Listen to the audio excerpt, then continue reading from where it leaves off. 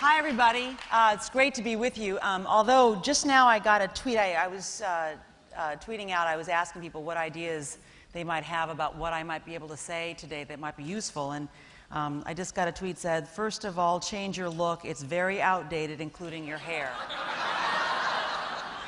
Which is, you know, and I do look like, thank you, but I have to acknowledge, I do look like somebody who's just been on the Laugh-In show or maybe the Dating Game, and it's bringing up all kinds of things for me because my mother, who, if you know anything about me, you know that my mother was a war bride from Japan, and she had this very thick accent, and she used to always be very concerned about how I wore my hair. So she would have this, her response to me was always sort of, she'd always say, Anna, right now I'm hearing her voice, okay? I'm hearing her say to me, Anna, your hair look a little bit ugly. He's right, it's sticking up all kind of funny ways, so I don't like it so much. Also, too much eyeliner. You look like a raccoon, but I love you. Anyway. So now you know I've got that off my chest. I'm less insecure standing in front of you. And I guess you know, when Jeff asked me to talk here today, I thought about, you know, what is it, you know, that I could talk about. And you know, you guys have been paying a lot of attention. You are in the know in terms of how we are in this kind of fantastic place in terms of being able to kind of be the forerunners of something. You know, I mean, I'm old enough to say that at one point in my life when I was fairly young, I thought, my God, has everything been discovered? Has everything been found out? I mean, is there no great beyond? I mean, I used to watch Star Trek growing up, you know, and I wanted to go where no man, no woman had ever gone before. So, and it felt like for a time that there was just sort of no place to go to do that thing, to be, you know, I wanted to be Spock, but anyway, whatever. You know, or maybe his girlfriend. But the point is that I realize now with this thing, you know, with this stuff that we can do online, we are the early ones in. We're the ones, you know, there are lots of people making mistakes with it, and a lot of people doing good things with it, and finding a betterment of their own life through it.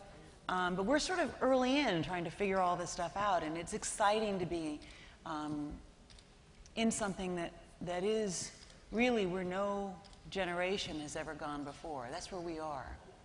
And that's cool. And what I would say to you, because in the course of the last year since I've spoken to you, I've seen this real uptick of people sort of trying to use social media, specifically Twitter, as a way of kind of selling themselves. You know, there's a real, everybody's now getting the picture about how powerful it can be, and dangerous as well, but how powerful it can be. You know, being in the world for more than 30 years, trying to be in the world of giving people information that might give people knowledge, that might give them as a result power. Having been for more than 30 years in that kind of world, I can tell you that, you know, the truth is always the first victim. It is more than anything else, the thing that people fight over and try to control, because everything else comes from that. So what I'm starting to see with Twitter is people wanting to use it. They want to use it to sell things, to sell themselves, to kind of sort of capture this and create the truth that they want for whatever motivations they have. Usually it's driven by money. And what I really hope is that this thing that I've seen as a deep part of the character of Twitter and Facebook, deep in Twitter and Facebook, is this wish to have meaning, to do good, to be a part of something that brings meaning to your own life because you've done something to help somebody else. It really is, I think, fundamentally a human wish. We want our lives to have mattered. We want to matter. And the way to matter is to matter in some way that has been generous to other people. And, you know, it's the thing, you know, I'm old enough to tell you that, you know, it's a thing that, you know, when you're on your last days, or or you've already gone and people are talking about you, sure, they'll talk about, you know, that you were a success at your business, or you're a great father or mother, or you're a good sister or brother, or a good, friend. But in the end, what really gets them, what really is the legacy, is that you did something with your life that mattered for others. That is the thing. That is the thing that you will be glad of at the end of your days, and that your family, the people who love you, will be so grateful to hold on to as they mourn you. It is the thing that I hope will stay present in how we use this new frontier. There's so much you don't need me to tell you, that the world needs a lot of love, and in all the things that brings them, and we see it constantly. I always feel with Twitter this, and with Facebook, and as a newswoman, that I feel this pressure. I want to tell people what they need to know, because I know from these years being a reporter that if I tell people what they need to know about the world, that they will care, and that some people will care a lot, and that those people might actually have a voice in changing human suffering.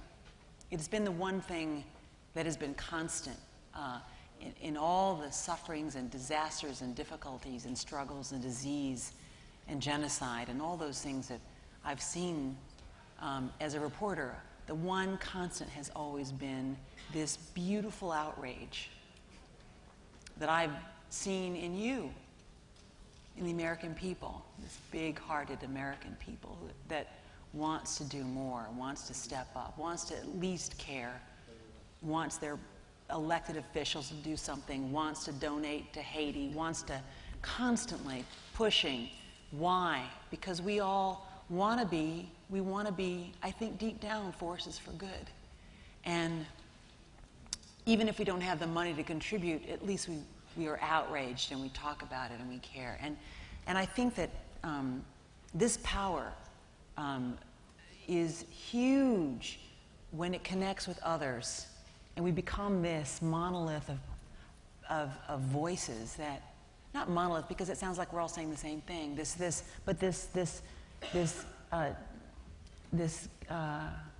wave of voices that soothes the fire that's raging on virtually every shore. And I think that this is so powerful. It is never to be underestimated. And it is, I think, the deep, I think in it is the deepest, most beautiful possibilities of social media. And I really hope that as we continue in this adventure towards this unknowing future in this world that we're now able to kind of experience, it's kind of almost like better than being in Star Trek. I mean, you don't know what's going to happen. There are no tribbles and maybe and Klingons, but but there is a kind of a sense of not seeing the edge, of this universe, and wondering what it will be. And I would just simply encourage anyone who can listen to me here in this room or through this universe that we're now in, to remember the good that it's capable of, the good that it will do, the good that you're capable of doing, and as a result, the force of good that you will be. And as a result of that, maybe the meaning you'll have in your lives, so that you will be at the end of your days as someone who knows that you've done something of some service to other human beings, whether in this way or what other way, whether it comes at you and you're inspired by something you read, something you do, I think that it may be a way for us to connect, with other people who think like this. They may not be in your family, they may not be even among the people you go out and have beers with, but maybe in this way we can connect with each other all over the world, wherever you are, people who want to contribute to our human family. So that's what I want to say, and I also want to, rather than have somebody ask me questions, I want you to ask me questions. I want to know what I can say that might be of some use to you. So I wonder if someone might shout something at me, and there is no stupid question. Yep. Well, I'd love to know what you know now that you didn't know at the beginning of your career. What's the most important factor that's just stuck with you? What is the thing that I know now that I did not know at the beginning of my career? That everything, anything and everything is not only possible, it's probable. People think, especially when you're young, you think things are not going to happen. How can that possibly be? Things feel impossible. What I've learned is if you have pure goals and a constant effort, a determination to not give up. If your motivations are pure and you don't give up, all the things that seem impossible become probable. And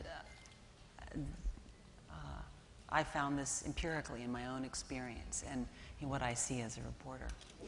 Yep. What do you want your kids to know? What do you tell your kids? What do I tell my kids about life? There's a lot. That's a long, you don't have that kind of time. But I would say, but I like the question. I appreciate the motivation of the question. I mean, I think I would say that my kids would roll their eyes if they heard me say this now because I say it so much. But what I mostly tell them is that they are important. That not because they're my children, but because they're human. That you, by virtue of having been born, are important. You have value. That no one person has more value than another. I don't care how much you make, what office you have, what kind of influence you have, whether people bow at your feet because you're the king of whatever. The reality is, the truth is that no one person has more value than the other. And when we finally come to understand this connection that we have to each other and the intrinsic value of every person, then we're going to stop doing the things that are wrong. Hating, fighting, doing all those things that kind of bring us as a human family down. So my message to my children is always that you have a role to play, you have a part to play in loving our human family, because we are evolving. People today, especially with the difficulties that we face in these times, we're so burdened. 9/11, the wars, and every, idiot congressman, it's all just pushes us down, It pushes us down. And we think, but the thing about it is that we feel down, we think, times are really bad, and this is, the wars, we feel, we're all, the economy, who doesn't know somebody hurt, right? But here's the truth. With all of that embraced and understood as being true, nevertheless, if you step back and you look at the scope of human history, if you are a student of history, you have to accept, you have to acknowledge that humankind is evolving into a more compassionate species. And now you're saying to me, oh, you're an idiot. What are you talking about? Have you seen this? But no, it's true. I'll tell you why. If you look back and you understand that once war crimes, genocide, rape was a fact of war, not a crime against humanity, something the International Criminal Court can come after and get you, Mladic and all those guys, then you understand that something has changed. If you think about it, there was a time when when on the streets of Lower Manhattan, children, little kids were begging. People would walk right by them or maybe give them something, but that was acceptable. Or they worked in our factories. Little kids working in our factories. That was acceptable. Now it's child abuse. There once was a time, in fact, did you know the last time that officially we knew that a black person was lynched in America was in the late 1970s? When you look at the history of racism in this country, and all of a sudden, no matter what your politics, whether you love them or you hate them, the fact that we could even elect a black man as president, it tells us we have changed.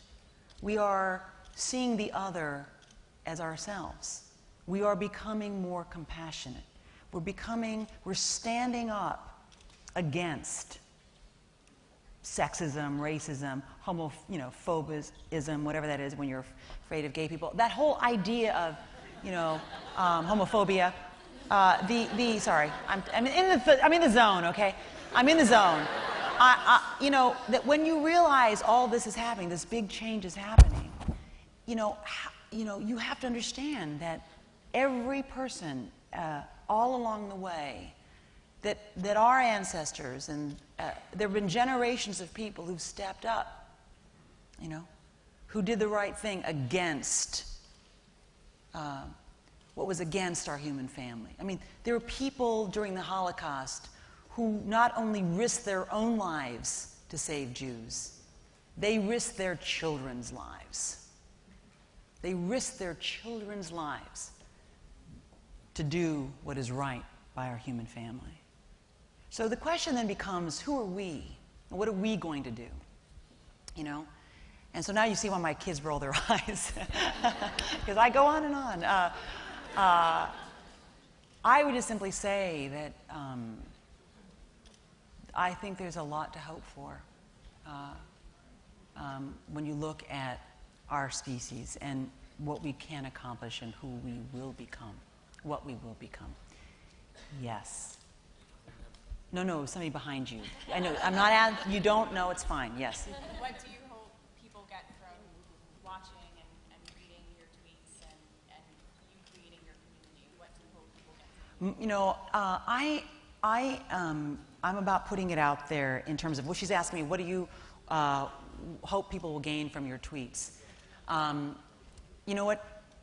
People have asked me, why would you even think about being in social media? Why? But I was early in, and I was early in not because of any particular reason except that I'm a reporter, and I understand that my motivation to becoming a reporter was never to be on television. It was very uncomfortable at first. I was like the guy from broadcast news when I first started. It was painful. I still struggle with the whole teleprompter reading thing. I mean, it's not easy. But what I love is to gather important information and send it out to people in a way that's useful. I want to be a force for good. And I know knowledge is power.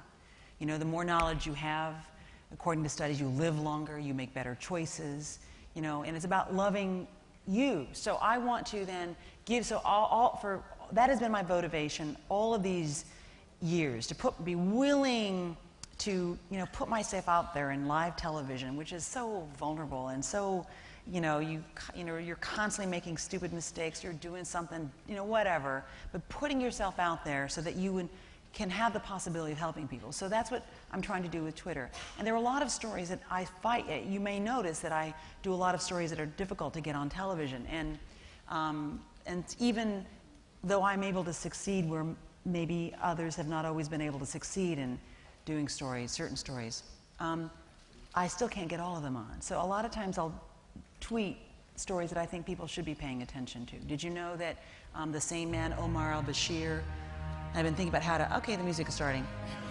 Okay, I probably should stop. No, I could go on. Okay, really fast, 2 seconds? It's important. Thank you. Omar al-Bashir, the man who's accused of war crimes in Darfur, he's the guy that the International Criminal Court says should be tried for genocide, crimes against humanity. He's the president of Sudan. He's also been accused of crimes against humanity in the southern part of Sudan. So Darfur is in Sudan. So now it's starting again. It's not called Darfur. It's another part of Sudan, but now there are villages of African tribespeople who happen to be living on lands where there's a lot of oil. And there's a dispute because the southern part of Sudan wants to break away from the north. So these tribes are getting hammered right now. So it's hard to get these stories before you. But already the President of the United States, just a few days ago, said it looks like that there's an ethnic motivation for what we're seeing here. Not only political motivation, but an ethnic motivation for people being essentially slaughtered or forced to go on the run by the tens of thousands, right? So I think people need to know this stuff. So my effort in Twitter is not only to try to be a force for good in terms of giving people information, but it's trying to give you what, it's hard for you to find out about because it's expensive, it's difficult, it's hard for a lot of reasons that I don't have time to tell you. But but I won't give up. And so I find any option, any ability that I can to give you this kind of information, as hard of it as this obviously was to hear. I think it's my job. I think that's my life's purpose, to be honest with you, in terms of my mission. And so I'm really glad to speak to you, and I know you have other people to hear from, and I hope I've been somehow useful to you. And I wish you every luck, and I encourage you to be a force for good. Thank you.